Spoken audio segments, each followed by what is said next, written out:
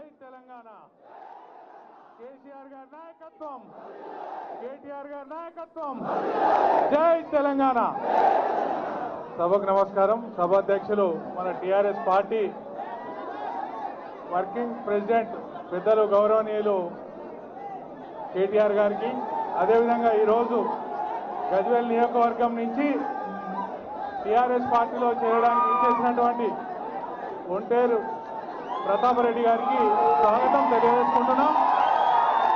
అదేవిధంగా వేదిక పైన ఉన్న పెద్దలు గౌరవనీయులు మన మెదక్ ఎంపీ పెద్దలు ప్రభాకర్ రెడ్డి గారు, అదేవిధంగా మన గౌరవ ఎమ్మెల్యే జీవన్ రెడ్డి గారు, మన కార్పొరేషన్ చైర్మన్ పెద్దలు గౌరవనీయులు ఎలక్షన్ రెడ్డి గారు, అదేవిధంగా మన ఎమ్మెల్సీ భవన్ ఇన్ఛార్జి మన శ్రీనివాసరెడ్డి గారికి, అదేవిధంగా రాష్ట్ర ప్రధాన కార్యదర్శులు రవీంద్రరావు గారు, మన మాజీ ఎమ్మెల్యే రవీందర్ రెడ్డి గారు, ఇతర ఎమ్మెల్యేలు మన స్పోర్ట్స్ చైర్మన్ వెంకటేశ్వర రెడ్డి గారు, ఇతర మన వాసుదేవరెడ్డి గారు చైర్మన్ గారు, మన గౌరవ నాయకులందరికీ రాష్ట్ర నాయకులు, జిల్లా నాయకులు, గజ్వేల్ నియోజకవర్గ టిఆర్ఎస్ కార్యకర్తలందరికీ కూడా తెలంగాణ గులాబీ ఉద్యమవందనాలు తెలియజేస్తూ ఇప్పుడు గౌరవ ప్రతాపరెడ్డి గారు మాట్లాడాల్సిందిగా కోరుతున్నాను. ప్రతాపరెడ్డి గారికి మన పెద్దలు గౌరవనీయులు party working president KT Rama Rao గారు కండువ కప్పాల్సిందిగా పార్టీలోకి ప్రతాపరెడ్డి గారిని ఆహ్వానించవలసిందిగా కోరుతున్నాను.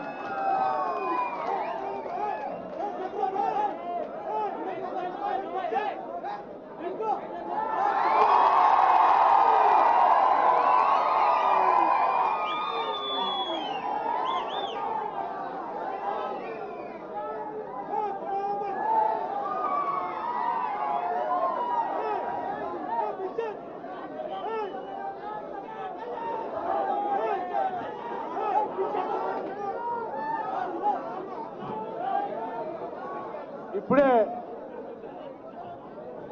తెలంగాణ రాష్ట్ర సమితి పార్టీలోకి ఇప్పుడే చేరినటువంటి గజ్వేలి నాయకులు ఒంటేరు ప్రతాపరెడ్డి గారు మాట్లాడాల్సిందిగా కోరుతున్నాను. జై తెలంగాణ, జై తెలంగాణ. 2 నిమిషాలు దయచేసి అందరూ నిశ్శబ్దంగా ఉంటే.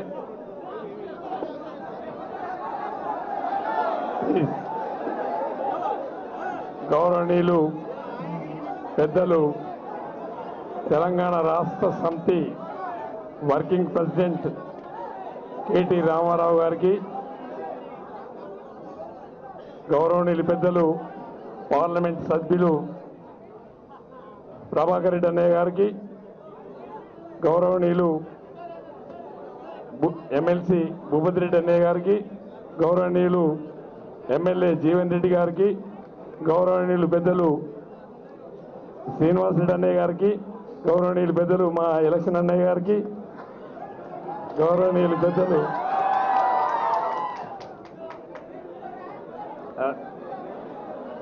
స్టేజ్ మీద ఉన్నటువంటి నాయకులందరికీ కూడా, మా మురళి గారికి, మా మెట్టన్న గారికి, కృష్ణ గారికి, అన్న ఇక్కడ వేదికపై ఉన్నటువంటి పెద్దలందరికీ మరి ఎలాంటి ఇన్ఫర్మేషన్ లేకుండా, సింగిల్ ఫోన్ కూడా చేయకుండా, పేపర్లలో చూసి, టీవీలలో చూసి, యాక్చువల్గా నేను ఒక్కడనే వచ్చి కండవా వేసుకొని ముఖ్యమంత్రి గారు మళ్ళీ ఎప్పుడో టైం ఇస్తే అప్పుడు అందరూ తీసుకొద్దామని అనుకున్నా. మరి పొద్దున రామన్న ఒక సింగిల్ ఫోన్ చేసి వచ్చే వాళ్ళని రమ్మని చెప్పాను. ఒక 15 మందికి చెప్పడం వల్ల మీరు కనీసం ఇంతమందికి రావడం మీ అందరికీ నేను నా శిరస్సు వంచి నమస్కారాలు తెలియజేసుకుంటూ, ముఖ్యంగా నాకు రామన్న 2009లో రమ్మన్నాడు, రాలేదు. 2014లో రమ్మంటే రాలేదు. 2018లో రమ్మంటే కూడా నేను రాలే. ఈసారి లాస్ట్కి నువ్వు వస్తావా లేదా అని సంగతి ఏంటంటే తప్పకుండా వస్తున్నా అని చెప్పి ఆ ఇచ్చిన మాట కట్టుబడి రావడం జరిగింది. తెలంగాణ రాష్ట్రాన్ని సాధించినటువంటి గౌరవనీయులు పెద్దలు కేసీఆర్ గారు రెండవసారి కూడా భారీ మెజార్టీతోని దాదాపు 88 స్థానాలు కైవసం చేసుకొని ముఖ్యమంత్రి గారు ఇచ్చినటువంటి సంక్షేమ పథకాలు పేద ప్రజలకి నేరుగా జేబులలోకి వెళ్ళినాయి. రైతు బీమా, రైతు బంధు, పెన్షన్, వాటర్ గిడ్డు,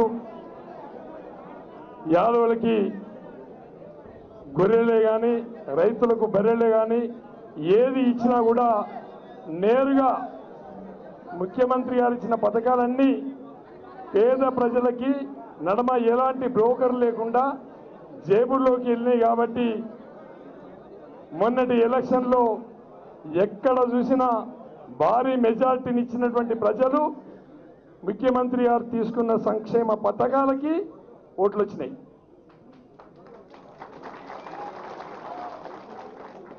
మరి ముఖ్యమంత్రి గారు మన గజ్వేల్ నియోజకవర్గంలో ఏదైతే కొండపోసమ్మ ప్రాజెక్టు, ఏదైతే మల్లన్న సాగర్ ప్రాజెక్టు మీ అందరికీ తెలుసు, ఇక్కడ ఉన్న పెద్దలందరికీ కూడా తెలుసు. నేను రైతుల కోసం విరివిగా పోరాటం చేసిన, లాఠీ దెబ్బలు తిన్నా, జైలుకు వెళ్ళినా, కేసులు పెట్టించుకున్నా. అయినా కూడా మల్లన్న సాగర్లో ఉన్నటువంటి రైతాంగం ముఖ్యమంత్రి గారికి ఓట్లేసారు. కొండపోసమ్మ ప్రాజెక్టులో ఉన్నటువంటి రైతాంగం ముఖ్యమంత్రి గారికి ఓట్లేసారు. అంటే ముఖ్యమంత్రి గారు తీసుకున్న నిర్ణయం కరెక్టు, నేను తీసుకున్న నిర్ణయం రాంగ్ అనిపించింది.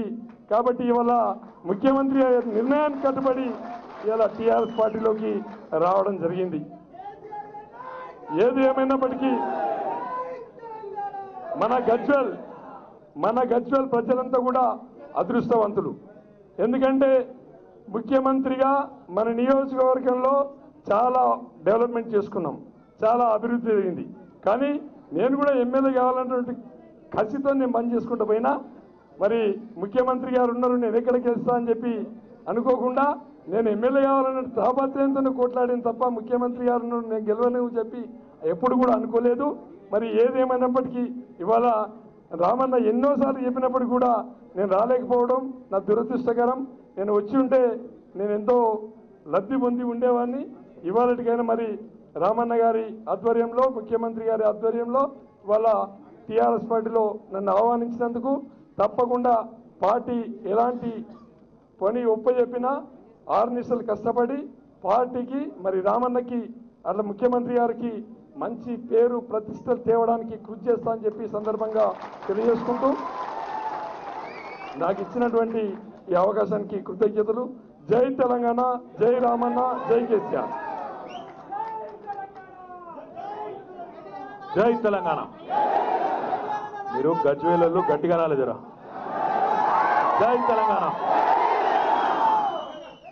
గౌరవనీయులు పెద్దలు, మన మెదక్ పార్లమెంట్ సభ్యులు అన్నా కొత్త ప్రభాకర్ రెడ్డి గారు, గౌరవ శాసన మండలి సభ్యులు పెద్దలు, మన పార్టీ రాష్ట్ర కార్యాలయం బాధ్యులు ప్రొఫెసర్ శ్రీనివాస్ రెడ్డి గారు, గౌరవ సహచర శాసనసభ్యులు జీవన్ రెడ్డి గారు, గౌరవనీయులు మాజీ శాసనసభ్యులు ఏనుగు రవీందర్ రెడ్డి గారు, పెద్దలు Telangana state tourism development corporation అధ్యక్షులు భూపత్ రెడ్డి గారు, గౌరవనీయులు ఎలక్షన్ రెడ్డి గారు, గౌరవనీయులు తక్కలపల్లి రవీంద్రరావు గారు, మన రాష్ట్ర ప్రధాన కార్యదర్శి గారు, గౌరవనీయులు టీయూఎఫ్ఐడిసి అధ్యక్షులు విప్లవ్ కుమార్ గారు, తెలంగాణ వికలాంగుల కార్పొరేషన్ అధ్యక్షులు సోదరుడు వాసుదేవ్ రెడ్డి గారు, అదే రకంగా వేదిక పైన ఉన్న వెంకటేశ్వర రెడ్డి గారు, మన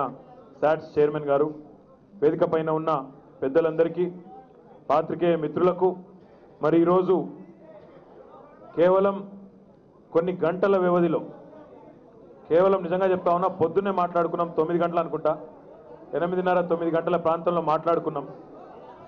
కొన్ని గంటల వ్యవధిలో గజ్వేల్ నుంచి వేలాదిగా తన అభిమానుల్ని, అనుచరుల్ని, నాయకుల్ని తీసుకొని ఈరోజు తెలంగాణ రాష్ట్ర సమితిలోకి విచ్చేస్తున్న గౌరవనీయులు పెద్దలు ఒంటేరు ప్రతాప్ రెడ్డి గారికి హృదయపూర్వకంగా స్వాగతం, సుస్వాగతం కూడా నేను తెలియజేస్తా ఉన్నా. వారి వెంట వచ్చిన మిత్రులందరికీ పేరు పేరున, ఎందుకంటే చాలామంది నాయకులు ఉన్నారు, అందరికీ కూడా పేరు పేరున హృదయపూర్వకంగా స్వాగతం సుస్వాగతం కూడా నేను తెలియజేస్తా ఉన్నా. ప్రతాప్ రెడ్డి గారు చెప్పిన మాట వాస్తవం. అరే నువ్వు పొడుగున్నావు పై కూర్చోజరా, బాగా పొడుగున్నాడు ఆయన కూర్చో. 2009 ప్రాంతంలో మేము మాట్లాడుకున్నాం. ఆనాడు 2009లోనే టీఆర్ఎస్ పార్టీలోకి రావాలని చెప్పి వారిని ఆహ్వానించడం జరిగింది. తర్వాత కూడా మళ్ళీ ఒక సందర్భంలో కూడా కలుసుకున్నప్పుడు రండి కలిసి పనిచేద్దామని చెప్పి ప్రతాప్ రెడ్డి గారిని ఆ రోజు కూడా అనుకున్నాం, మొత్తానికి కాలేదు. ఏదేమైనప్పటికీ దేరాయ పర్ దురస్థాయ అన్నట్టు 2009 నుంచి 2019 వరకు 10 ఏళ్ళు సమయం పట్టినా మొత్తానికి మంచి నిర్ణయం తీసుకొని ఈరోజు ముఖ్యమంత్రి గారిని, గజ్వేల్ ప్రజలను అందరినీ కూడా సంతోషపెట్టే ఒక నిర్ణయం తీసుకొని మరి ఈరోజు తన అనుచరులతో, తన అభిమానులతో, నాయకులతో అందరితో కలిసి కాంగ్రెస్ పార్టీకి రాజీనామా చేసి మరి టీఆర్ఎస్లో చేరుతున్న ప్రతాప్ రెడ్డి గారికి మళ్ళొక్కసారి స్వాగతం చెప్తూ నేను ఒక మాట మాత్రం వారు చెప్పిన దాంతో సంపూర్ణంగా ఏకీభవిస్తా ఉన్నా. నిజంగా మీరు గజ్వేల్ ప్రజలు అదృష్టవంతులు. జనరల్గా మీరు అడిగితే పనులైతాయి, ప్రజలు కోరితే అడిగితే నాయకుల చుట్టూ తిరిగితే పనులైతాయి. కానీ గజ్వేల్లో పోయిన 4 సంవత్సరాల్లో గజ్వేల్ నియోజకవర్గ రూపురేఖలు ఏ రకంగా మారిపోయినాయో, మీరు అడగకుండానే ఏ రకంగా నిధుల వరద పారుతా ఉందో నాకంటే బాగా మీకే తెలుసు. రోడ్లు, బ్రహ్మాండమైన రోడ్లు వస్తూ ఉన్నాయి. అద్భుతమైన ప్రాజెక్టులు మల్లన్న సాగర్ కావచ్చు, కొండపోచమ్మ సాగర్ కావచ్చు.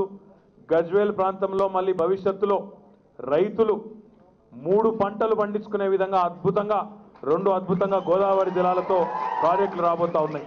ఇవన్నీ కూడా అతి స్వల్ప కాలంలో మీ కళ్ళ ముందే పూర్తి కాబోతా ఉన్నాయి. మల్లన్న సాగర్లో కూడా చివర ఉన్న ఒక చిక్కుముడి ఆ వేములఘాట్లో అది కూడా పూర్తయింది దాదాపుగా నాకు తెలిసినంత వరకు. ఇక ఏ ఆటంకము లేకుండా ముఖ్యమంత్రి గారు ఏ లక్ష్యాన్ని అయితే పెట్టుకున్నారో, 1 కోటి ఎకరాల మాగాణం కావాలి తెలంగాణ అనే లక్ష్యం ఏదైతే పెట్టుకున్నారో ఆ స్వప్నం కూడా తొందరలోనే సాకారం అవుతుందనే విశ్వాసం కూడా నాకు సంపూర్ణంగా ఉన్నది. ఇక గజ్వేల్లో ఈరోజు ప్రతాప్ రెడ్డి గారి చేరికతో, మీ అందరి కలయికతో ఇక అక్కడ తెలంగాణ రాష్ట్ర సమితికి తిరుగులేని విధంగా ఎదురులేని తిరుగులేని రాజకీయ శక్తిగా గజ్వేల్ నియోజకవర్గంలో ఏకపక్షంగా రేపటి రోజున ఏ ఎన్నిక వచ్చినా ఏకపక్షమైన ఫలితాలు ఉండబోతున్నాయనే విశ్వాసం కూడా నాకున్నది. ఈ సందర్భంగా నేను మీ అందరితో కూడా ఆలోచించమని కోరేది ఒకటే. సరే ముందొచ్చినామా వెనుకొచ్చినామా ఎప్పుడొచ్చినామా అనేది కాకుండా అల్టిమేట్గా ఇవాళ తెలంగాణ సమాజం మొత్తం కలిసి ఏ నాయకుడైతే తెలంగాణ రాష్ట్రాన్ని సాధించే క్రమంలో తన ప్రాణాన్ని ఫనంగా పెట్టి ఆనాడు ఉద్యమ నాయకుడిగా ముందుండి తెలంగాణ ప్రజల్ని చైతన్యవంతుల్ని చేసి పోరాట క్రమంలో అందరినీ కలుపుకొని కులాలు మతాలు వర్గాలు అన్ని పక్కన పెట్టి అందరినీ కలుపుకొని ముందుకు పోయినాడు. ఆ నాయకుడి నేతృత్వంలోనే బంగారు తెలంగాణ అనే స్వప్నం కూడా సాకారమవుతుందనే ఉద్దేశంతోనే మరి 2వ దఫా కూడా ముఖ్యమంత్రిగా అఖండమైన మెజారిటీతో కేసీఆర్ గారిని తెలంగాణ ప్రజలు గెలిపించిన విషయం మీకు తెలుసు.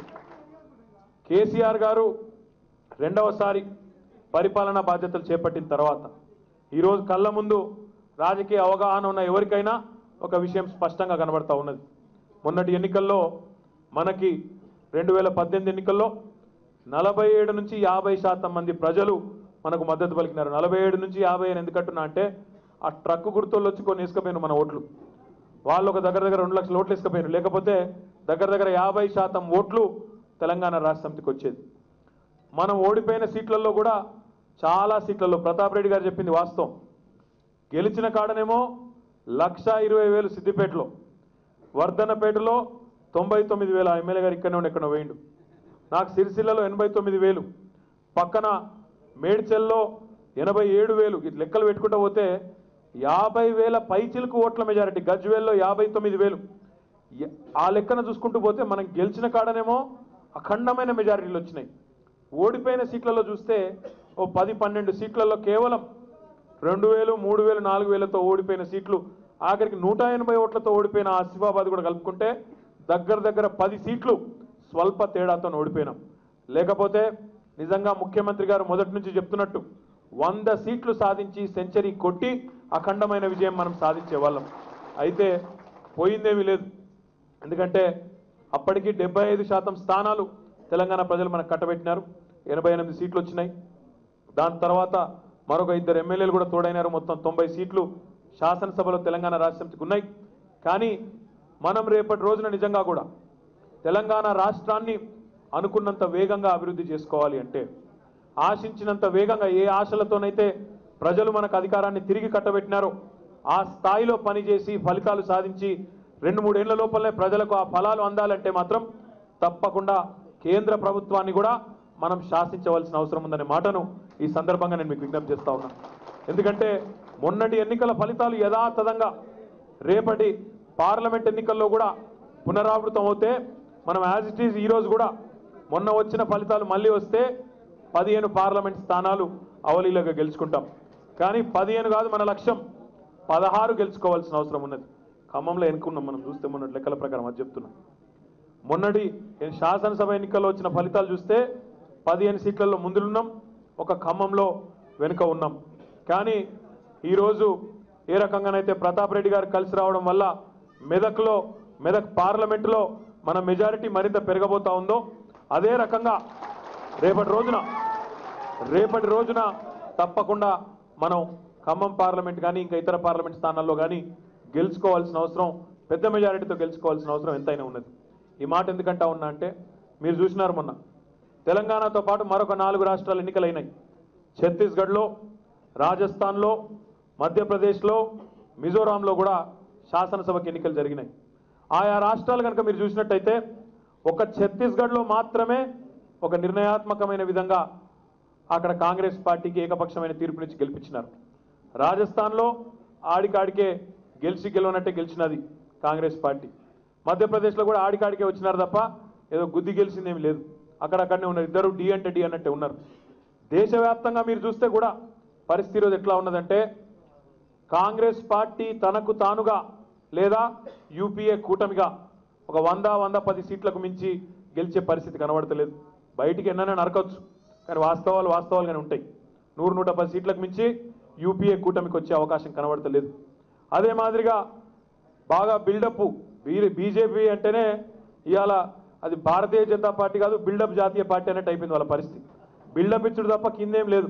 నిజంగా కిందేమని ఉంటే ప్రధానమంత్రి వచ్చి ప్రచారం చేసినాడు, అమిత్ షా గారు వచ్చి ప్రచారం చేసినారు, 6 రాష్ట్రాల ముఖ్యమంత్రులు వచ్చి ప్రచారం చేసినారు, 11 మంది కేంద్ర మంత్రులు వచ్చి ప్రచారం చేసినారు.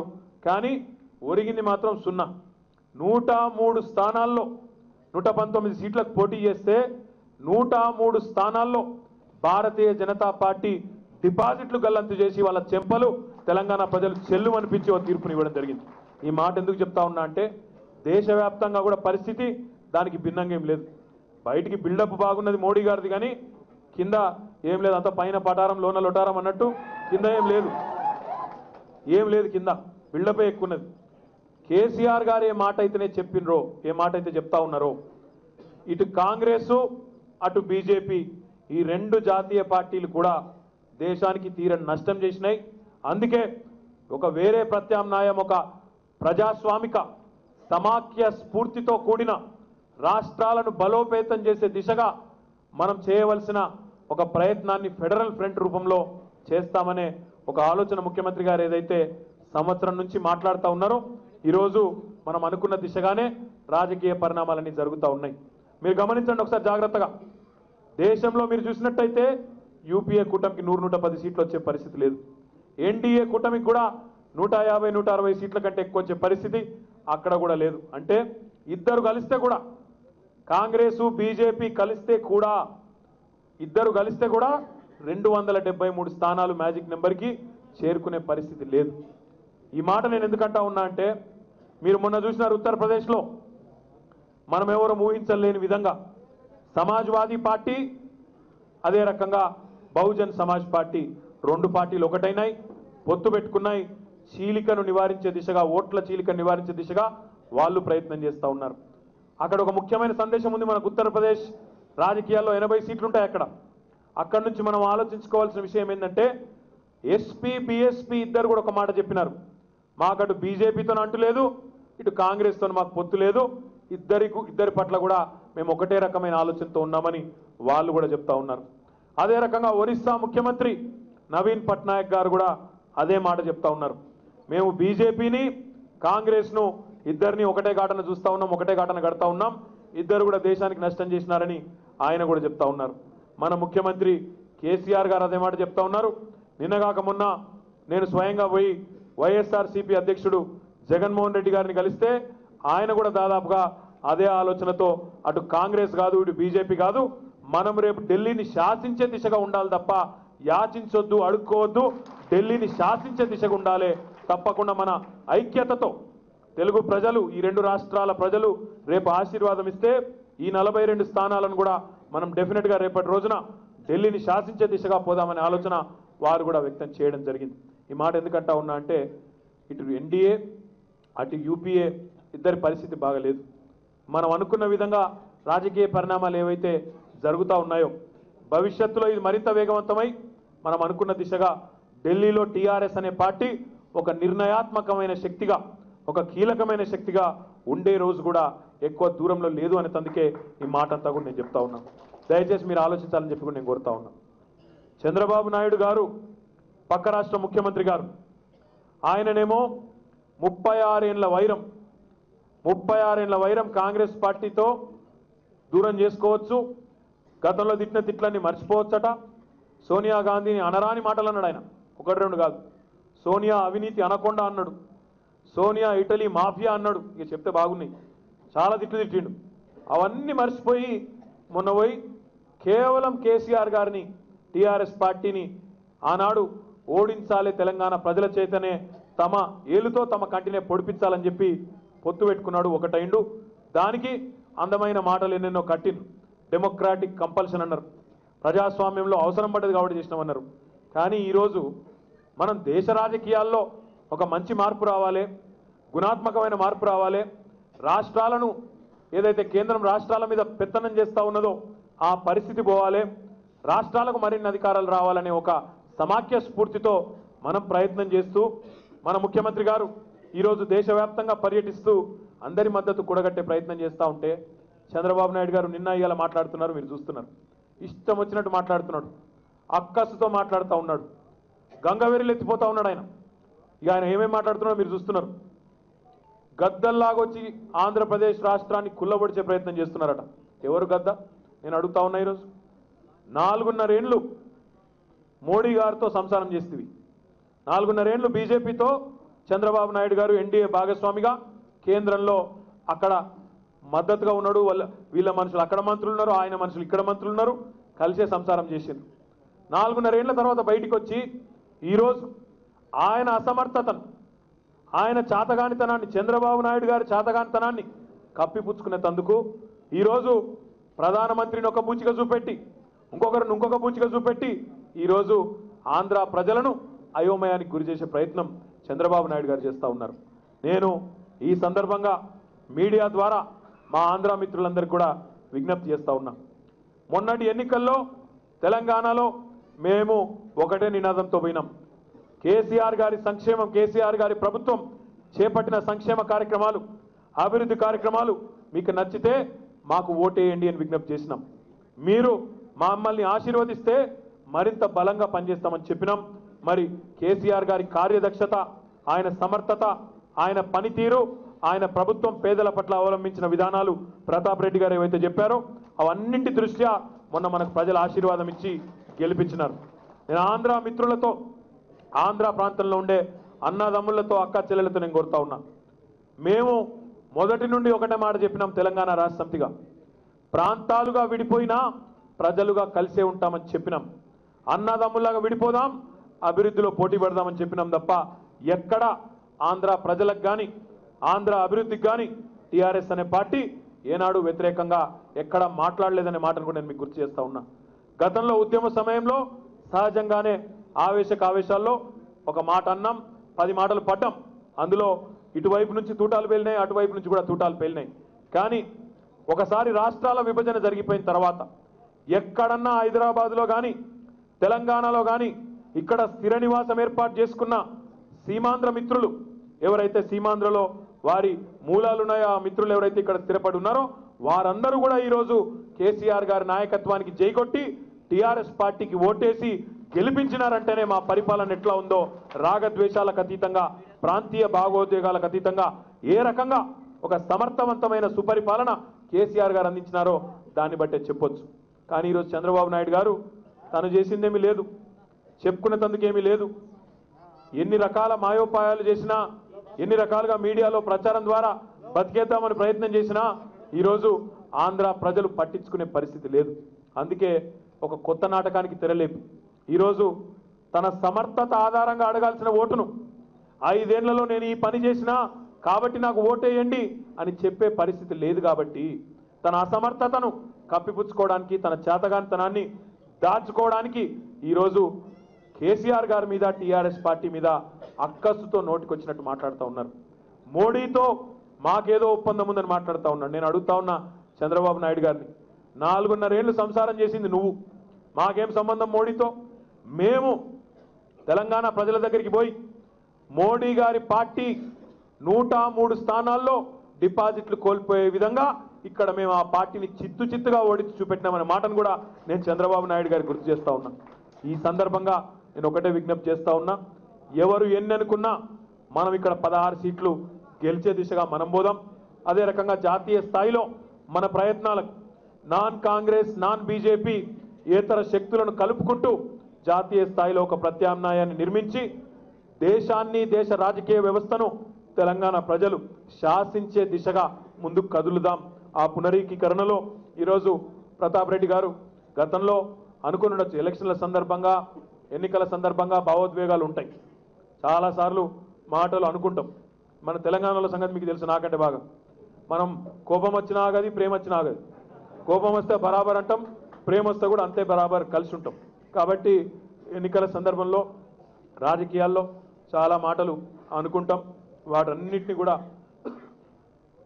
మనసులోంచి తీసేసి ఈరోజు తెలంగాణ ప్రజలు ఏదైతే కోరుకుంటా ఉన్నారో, టీఆర్ఎస్ అనే పార్టీ సారథ్యంలో కేసీఆర్ గారి నాయకత్వంలో బంగారు తెలంగాణ కావాలి, 1 కోటి ఎకరాలకు నీళ్లు రావాలి, సంక్షేమ అభివృద్ధి కార్యక్రమాలు నిరాటంకంగా కొనసాగాలి, దేశ రాజకీయ వ్యవస్థలో కూడా తెలంగాణను శాసించే దిశగా, దేశ రాజకీయ వ్యవస్థకే మరి తెలంగాణ దిశానిర్దేశం చేసే దిశగా సాగాలని ఏదైతే కోరుకుంటున్నారో ఆ క్రమంలో ప్రతాప్ రెడ్డి గారి చేరికను కూడా మనస్ఫూర్తిగా స్వాగతిస్తూ మరి ఈ దిశగా మన ప్రయత్నాలు ముమ్మరంగా సాగించుకుంటూ 16 పార్లమెంటు సీట్లు సాధించేదాకా విరామం లేకుండా రాబోయే 3-4 నెలలు అందరం కలిసికట్టుగా పనిచేద్దామని చెప్పి కూడా మళ్ళొక్కసారి మీకు విజ్ఞప్తి చేస్తూ ప్రతాప్ రెడ్డి గారి వెంబడ వచ్చిన మిత్రులందరికీ పేరు పేరున మళ్ళొక్కసారి హృదయపూర్వకంగా సాదరంగా స్వాగతం పలుకుతూ జై తెలంగాణ.